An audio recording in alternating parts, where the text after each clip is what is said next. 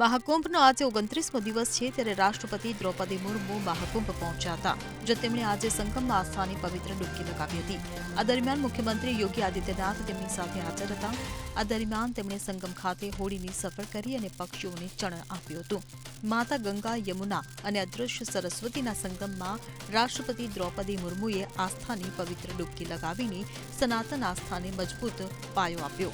દેશના પ્રથમ નાગરિક એવા રાષ્ટ્રપતિની સંગમમાં પવિત્ર ડૂબકી લગાવવી એક ઐતિહાસિક ક્ષણ છે.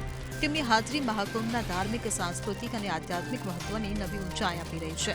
ત્યારે રાષ્ટ્રપતિએ સંગમમાં સ્નાન કરવાની સાથે અક્ષયવટ અને બડી હનુમાન મંદિરમાં પણ પૂજા કરી હતી અને દેશવાસીઓની ખુશી અને સમૃદ્ધિ માટે પ્રાર્થના કરી હતી.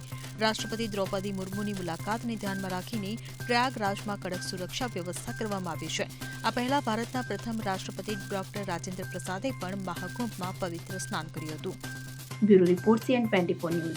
હવે જુઓ દેશ દુનિયાની તમામ ખબરો તમારી આંગળીના ટેરવે. ઉઠાવો મોબાઈલ અને Google Play Store પરથી ડાઉનલોડ કરો અમારી CN24 ન્યૂઝ મોબાઈલ એપ.